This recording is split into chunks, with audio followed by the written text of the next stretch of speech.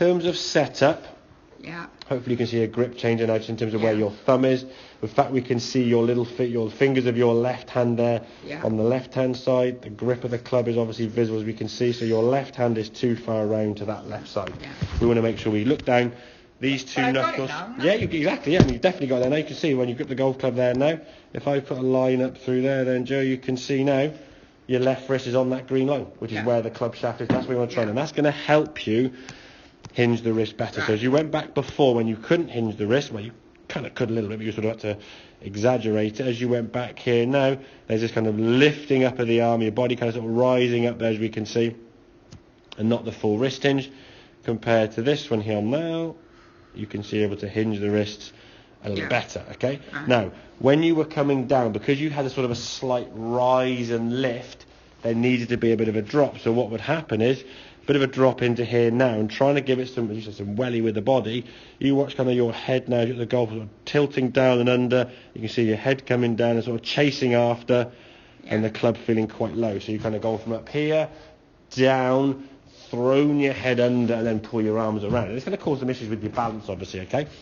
When the wrists were set better, okay, we can drop down into here now as that club. So the wrist hinge is still there, as we can see. There's roughly your left arm, and there's the club. So we still maintain that wrist angle, which is great. As we come back to the golf ball, now as we strike the ball, look at your head movement there now as you go through impact. A lot less droppy and dipping, a lot higher with the hands. And like I said before, where your hands finish is an indication of what you've done, but don't try to change where they finish, if that makes sense. In the past, when we said, oh, your hands get nice and extended and through, you've often gone and tried to stretch your arms through. The end result, or the follow through, will happen naturally if everything prior to it is good. So if your grip is good, you're able to hinge your wrists. If you don't, the swing might revert back to this one on the left hand side.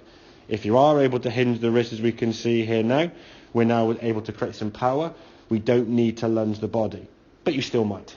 Okay? If the body can sort of refrain from that sort of trying to give it some welly, and let the arms and the hand speed sort of increase, we can get a good strike. You see the golf ball there come off that club face nicely.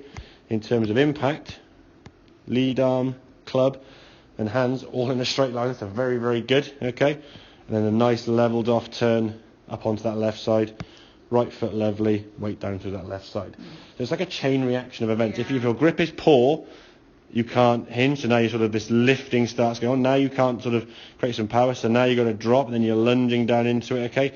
Head sort of drops and chases kind of this way as you come down and through, so sort of coming down, and then chases under and around this way.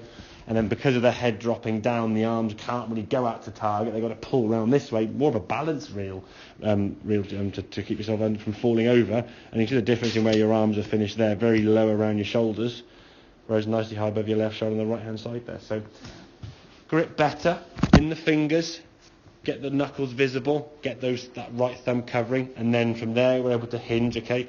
Once you're hinging the wrist and creating some speed there, Joe, then you're able to utilise that speed and give that club a bit of a swish.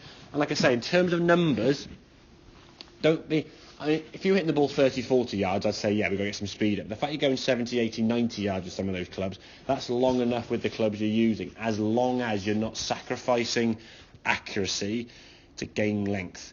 So as a guide for you, if you're on here, look at your total distance, but minus your offline, okay?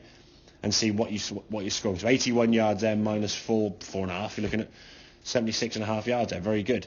I'd rather that than be going 91 to 100, but being 30 yards offline, because you're going to lose a lot of golf balls, yeah?